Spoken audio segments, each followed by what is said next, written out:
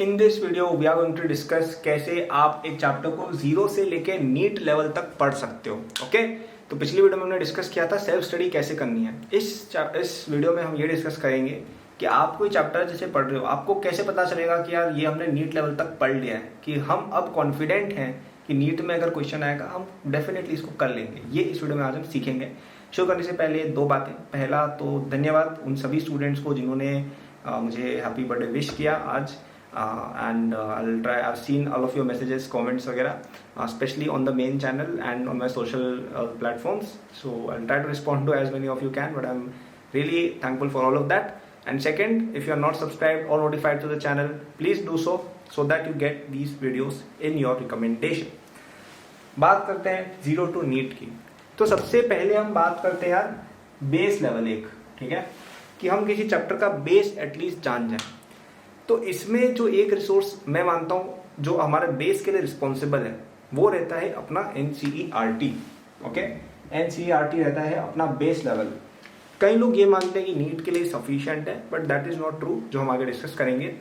तो देखिए, मेरे अकॉर्डिंग, जो मैंने पिछली वीडियो में भी आपको बोला था सेल्फ स्टडी वाली वीडियो में, कि आपको कोई भी चैप्टर शुरू करने से पहले उसकी एक बार NCERT अवश्य रीड करनी चाहिए। The purpose of that is कि आप उस चैप्टर के जो बेसिक कॉन्सेप्ट्स हैं, क्या क्या इस चैप्टर में हेडिंग्स हैं, क्या क्या टाइप के क्वेश्चन इस चैप्टर में बन सकते हैं, क्या क्या टाइप की चीज़ें हमने सीखी हैं, वो आपको एक बार पता चल जाए। कई बार ऐसा होता है कि कोई बच्चा कोई क्वेश्चन पढ़ रहा है, उसको समझ ही नहीं आया कि चैप्टर कौन सा है, मतलब क्वेश्चन सॉल्व करना आगे की बात है, उसको यही समझ में नहीं आया कि ये चैप्टर कौन सा है भाई, right. And that is a very bad situation to be in, क्योंकि आप चैप्टर के बारे में नहीं जानते हो तो आप क्या क्वेश्चन सॉल्व करोगे।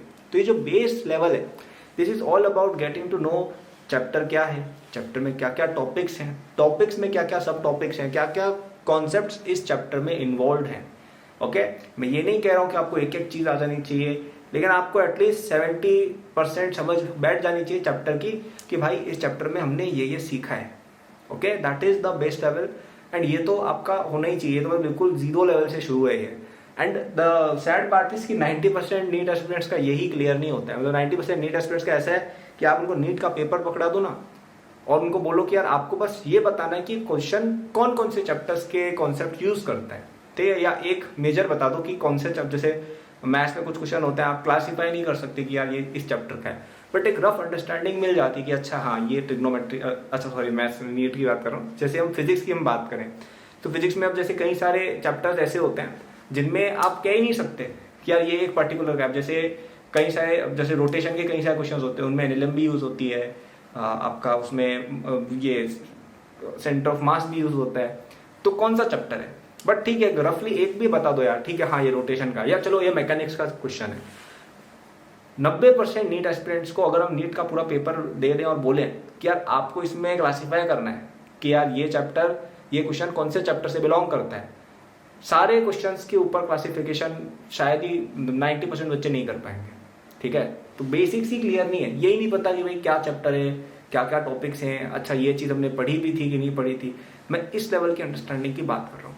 That is your first level. Okay, your second level is questions. Okay, क्या हमें एक बार बेस समझ में आ गया, अब हम क्वेश्चंस करना चालू करें।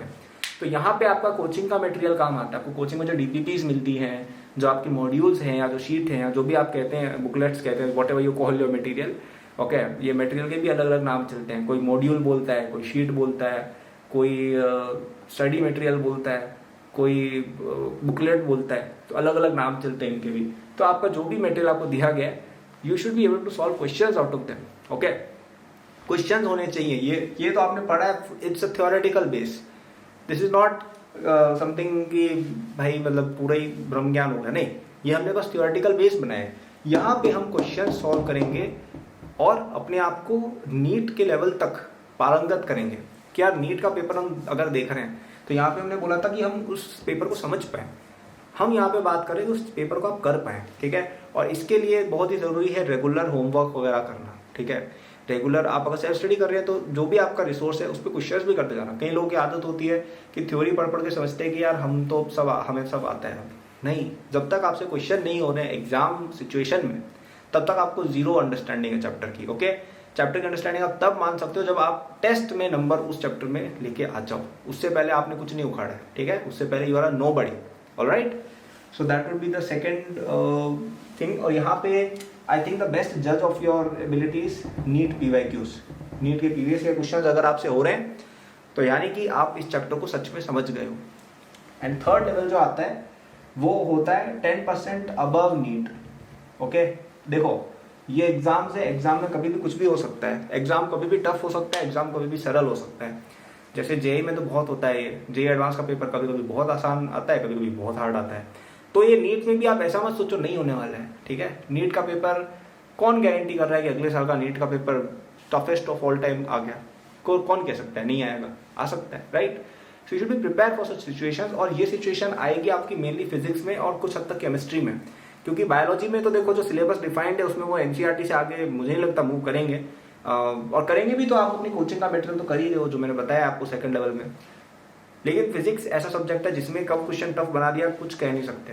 और I am not even talking about tough, I am just saying आप लोग एक काम करो, आप जेई मेन के क्वेश्चंस क्या करो, आप नीट के बच्चे हो ना, आप जेई मेन के पेपर सॉल्व क्या करो, आपको दिख जाएगा यार कि यार हाँ यार ये चीज थोड़ी सी टफ है। जबकि जेई मेन का कुछ लेवल नहीं होता है, जेई एडवांस का लेवल होता है। आप जेई मेन के क्वेश्चन करके देखो, you will see a difference. NEET से थोड़े से डिफिकल्ट आते हैं जेई मेन के सवाल, राइट। सो यहाँ पे हम क्या क्या कर सकते हैं, यहाँ पे हम थोड़ा सा जेई मेन के सवाल कर सकते हैं, ठीक है। HC वर्मा बुक हम सॉल्व कर सकते हैं in case of physics. Chemistry में तो आई डोंट थिंक, केमिस्ट्री में आई थिंक आपका जो कोचिंग का मटेरियल है उसको आप थोड़ा और डेप्थ में पढ़ लो, I think that would be sufficient. Because ज्यादातर कोचिंग क्लासेस क्या करती हैं कि वो अपने मटेरियल में ना ऐसे सेक्शन बना देती हैं कि ये वाला हमारा पूरा मटेरियल, और लास्ट में यूँ लिख देते हैं कि इंपॉर्टेंट फॉर नीट। जैसे हमारी कोचिंग जो थी ना उसमें ऐसा होता था पहले कि लास्ट में सेक्शन, जैसे बायोलॉजी है उसमें कई सारे कोचिंग में बहुत सारा मटेरियल दे देते हैं और लास्ट में सेक्शन बना देते हैं कि नीट के लिए ये इंपॉर्टेंट है, वो एनसीईआरटी बेस्ड सेक्शन होता है। तो अब मटेरियल तो उन्होंने दिया है आपको पूरा, अब आप नीट वाला ही पढ़ रहे हो तो वो आपकी चॉइस है।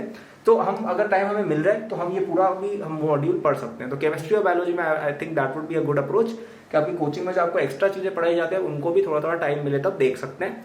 एंड HC वर्मा बुक आपकी फिजिक्स में काफी अच्छी रहेगी, इससे ऊपर जाके कोई मतलब नहीं है। एंड ज्यादा ज्यादा जेई मेन के सवाल, और कोई ज्यादा ही एम्बिशियस बच्चा हो तो जेई एडवांस के सवाल भी लगा दो यार, और तो क्या कर सकते हैं, राइट। बट अगेन ये लेवल्स हैं, ये ऐसा नहीं है कि आप यहाँ से चालू करो। If you are a student who is just starting out or who is not clear, first you should do this. You should be clear with your concepts. You should be clear with your NCERT. आपको question दिखा दिया जाए, आप at least सोचना चालू कर पाओ कि यार ये चीज हमने यहाँ पे पढ़ी थी, इसको यूज कर सकते हैं, ठीक है। फिर नेक्स्ट लेवल आता है कि हम उस क्वेश्चन को सॉल्व कर पाए, हमें कॉन्सेप्ट्स आते हो, सॉल्व करना आता हो, क्वेश्चंस करना आता हो। कॉन्सेप्ट्स आना is not enough, question concepts के थ्रू क्वेश्चन को करना आना चाहिए। नीट के PYQs हमसे सॉल्व होने चाहिए। एंड लास्ट इज कि आपका कोचिंग का जो एक्स्ट्रा मटेरियल है वो भी आपसे हो। HC वर्मा बुक आप ट्राई करो, जेई के पे कोई क्वेश्चंस आप लगा सकते हो। इसका पर्पस केवल एक है कि अगर इन केस नीट ज्यादा डिफिकल्ट आ गया या नीट वालों ने कुछ नहीं किया, 10 क्वेश्चन ऐसे डाल दिए थोड़े से ज्यादा टफ थे, तो वहां पे रैंकिंग अफेक्ट हो जाएगी। तो वो अगर आपको 10 क्वेश्चन भी करने और अपने आपको एम्स दिल्ली के लिए फुल प्रूफ सिक्योरिटी देनी, एकदम बुलेट प्रूफ, तो this would be the last level. And this is my 0 to NEET level. ये था 0, ये था आपका नीट, और ये था आपका above NEET.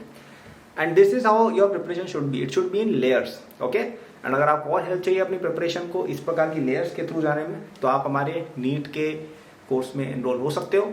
It's at a very good price and you will get everything you need for your NEET preparation, video lectures, test series, DPP, सब कुछ। तो चैप्टर्स वगैरह के डेमोज वगैरह भी नीचे आपको डिस्क्रिप्शन में उसी कोर्स के वेबसाइट पर मिल जाएंगे, देख लीजिएगा और आप उसको ले सकते हैं। अगर आपको और हेल्प चाहिए हो तो आप हमें कभी भी मैसेज करिए, हम आपको और कंटेंट प्रोवाइड करा देंगे, कोई दिक्कत वाली बात नहीं है।